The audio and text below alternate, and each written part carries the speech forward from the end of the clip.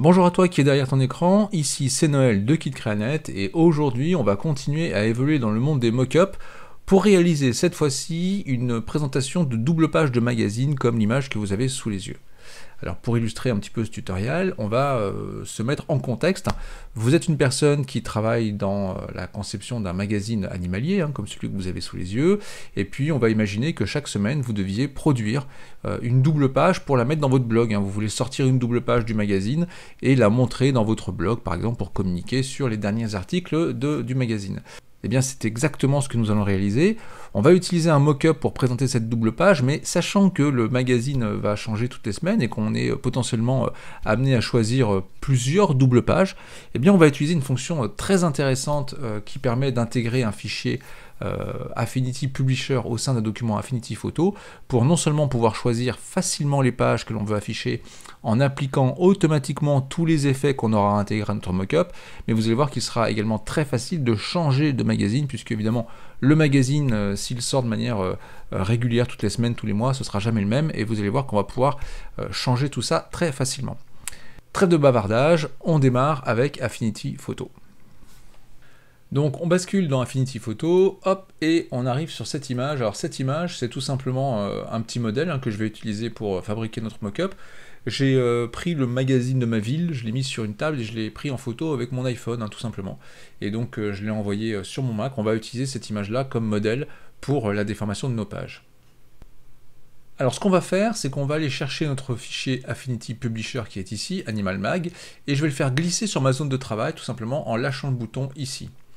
Après avoir fait cette opération, dans le menu des calques ici, on peut constater que le document est lié et non pas intégré. Alors si vous avez regardé mes deux précédents tutoriaux sur la création de mockup, vous vous souvenez certainement que j'ai précisé à plusieurs reprises que lorsqu'on faisait un mockup, le plus simple c'était d'avoir un document intégré dans le fichier de travail. Alors c'était le cas et c'était vrai pour les deux précédents mockups. Pour le mockup qui nous occupe aujourd'hui, on va plutôt utiliser la liaison plutôt que l'intégration. Et donc pour ça, il faut que vous vous assuriez dans votre logiciel que les réglages sont corrects, à savoir dans le menu fichier, vous allez dans politique d'insertion et vous choisissez lier et non pas intégrer. Donc en mettant ça sur lier, vous avez établi une liaison entre cette représentation du fichier et le fichier original et vous allez voir un peu plus tard que ça va nous être très utile. Alors ici, ce qui s'affiche, c'est la première page de mon fichier Affinity Publisher. On peut le voir ici, j'ai la couverture donc, mais moi ce qui m'intéresse, c'est d'avoir les pages qui sont en dessous.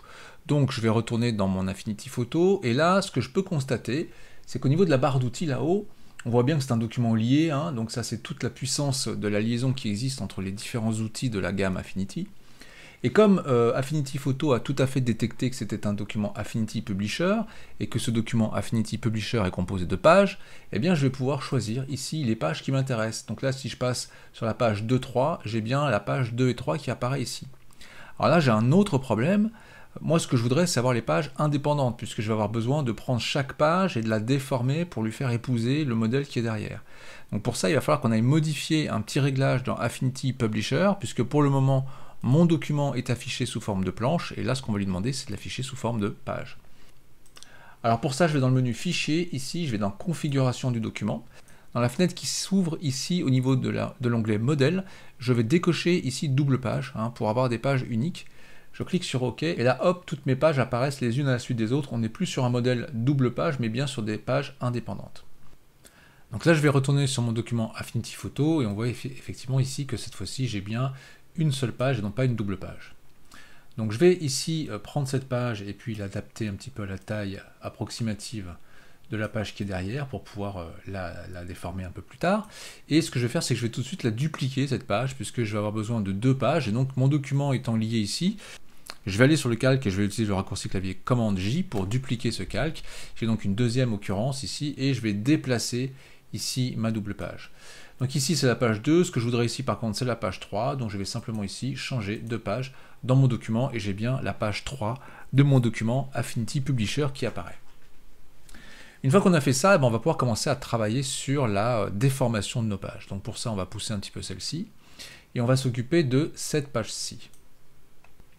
Alors pour déformer cette page et la faire coïncider avec le modèle qui est derrière, On va aller chercher un filtre de calque, donc je vais dans le menu calque, ici, je vais dans nouveau calque de filtre dynamique, je vais dans distorsion, et c'est pas de la perspective cette fois-ci, on va utiliser la grille déformante. Cette grille déformante me fait apparaître des petites poignées aux quatre coins de l'image, et vous allez voir que cette fois-ci, c'est pas simplement des droites qu'on va tirer, mais ce sont des courbes de Bézier avec des tangentes et des points qu'on va pouvoir comme ça utiliser pour modifier l'allure de notre page et la faire coïncider avec la page en papier qui est juste en dessous. Donc là pour l'instant j'y vais de manière un peu grossière, je fais coïncider les points avec les points de la feuille, et on va zoomer un petit peu plus maintenant pour être beaucoup plus précis sur le modèle. Donc on va se mettre à peu près ici, là ça me paraît pas mal. Voilà, et puis vous voyez ici j'ai des tangentes, donc ces tangentes vous pouvez attraper les petites poignées et bouger comme ça pour modifier l'allure de la page et la déformer complètement. Donc ici on va aller chercher le coin qui se trouve tout à fait en haut à gauche, on va l'associer au point, voilà comme ça, et donc je vais aller prendre ma tangente et je vais faire en sorte que ma tangente me permette de déformer comme ça mon image. Donc on va reprendre celle-ci également, hop. Donc celle-ci, on va lui faire prendre l'aspect de la page comme ceci. Là, il faut que je monte encore un petit peu. Voilà, ça c'est pas mal. On va aller chercher la tangente ici. Donc là, pour le coin supérieur, on va prendre la tangente et on va la faire. Elle est toute droite sur le bord de la photo. Donc je vais prendre l'autre du dessous parce que sinon je vois plus ce que je fais. Donc là, on va aller tout droit chercher le centre du magazine, donc ça se passe à peu près ici, voilà. Et là pareil, on va déformer un petit peu notre tangente pour aller attraper le centre du magazine. Voilà, donc ça c'est pas mal. Celle-ci on va la tirer encore un petit peu. Voilà, donc là on est pas mal en termes de coïncidence. Ici je vais attraper la petite poignée qui se trouve ici et je vais modifier ma tangente pour aller chercher la courbe de la page qui se trouve là. Donc là, voilà, ça c'est pas mal.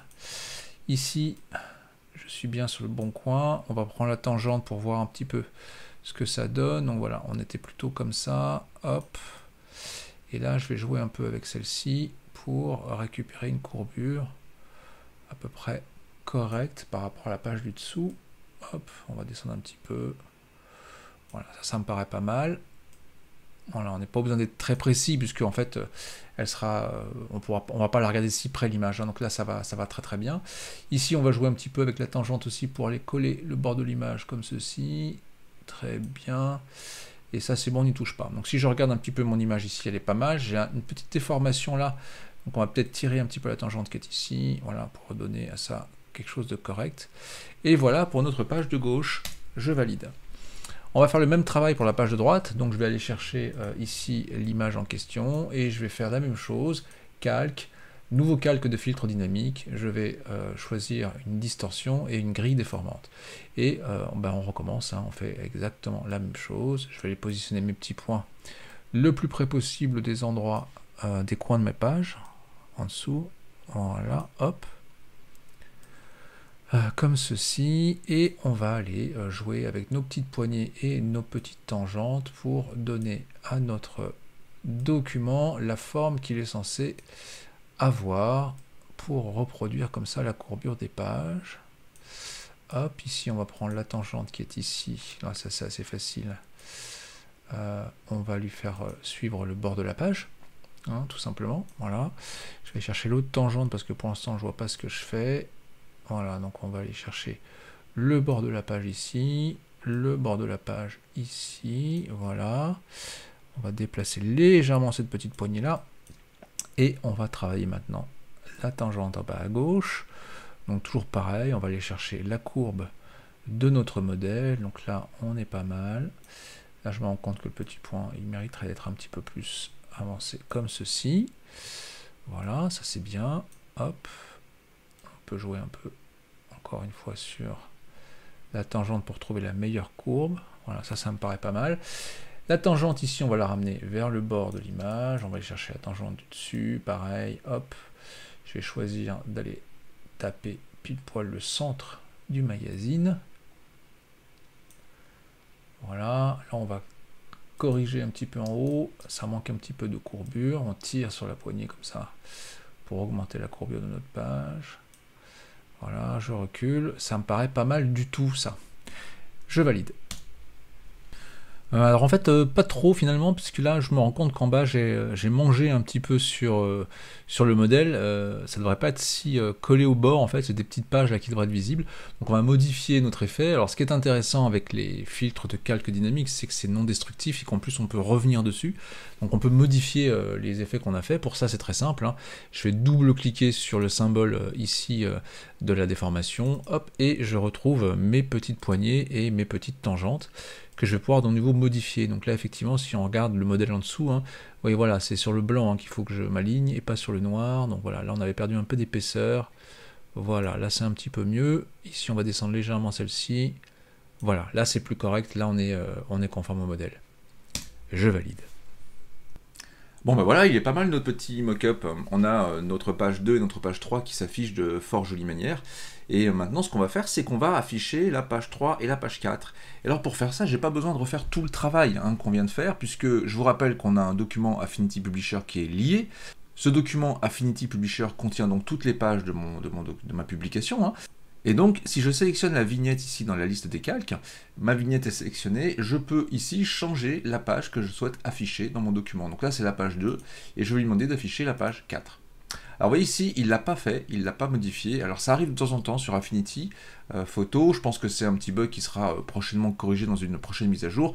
Vous inquiétez pas, je vais vous montrer comment régler ça. Donc on a modifié la page qui est ici, donc normalement je devrais avoir le petit panda roux là, et je vais faire la même chose sur ma vignette de droite, je sélectionne ma vignette de droite, et c'est pas la page 3 que je veux, c'est la page 5. Alors si l'affichage ne se réactualise pas automatiquement, pas de panique, vous sauvegardez votre document, vous le fermez, vous le rouvrez, et vous verrez que ce sont bien les bonnes pages qui sont affichées. Normalement, les pages devraient changer automatiquement, hein, comme ceci. Quand je sélectionne une vignette et que vous choisissez un numéro de page ici, ça devrait changer. Voilà, comme ça. Donc là, des fois, ça marche pas, je ne sais pas pourquoi. Donc, bah voilà, à nouveau, là, vous voyez, ça s'est pas affiché. Donc, c'est pas grave, je sauvegarde, je ferme, je rouvre, et ça s'affiche correctement de nouveau.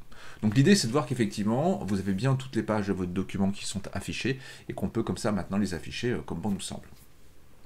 Alors, je vous ai parlé à plusieurs reprises depuis le début de cette vidéo de la liaison qu'il y a entre Affinity Photo et Affinity Publisher. Donc là on l'a bien vu puisqu'on peut afficher différentes pages, mais ça va un petit peu plus loin. Parce que si j'ouvre mon magazine à nouveau, donc je clique ici sur mon magazine, et que j'effectue une modification dans mon texte, par exemple ici, je vais modifier le texte ici, je vais marquer le beau panda roux. Je sauvegarde mon fichier, je retourne sur Affinity Photo, et là sur Affinity Photo, ce qu'on peut constater, c'est que vous avez une petite fenêtre qui vient de s'afficher, et qui vous dit qu'il y a une ressource qui vient d'être modifiée. En clair, Affinity Photo a détecté que le fichier source Affinity Publisher a été modifié et on va pouvoir appliquer cette mise à jour directement dans notre document. Je clique sur le gestionnaire de ressources.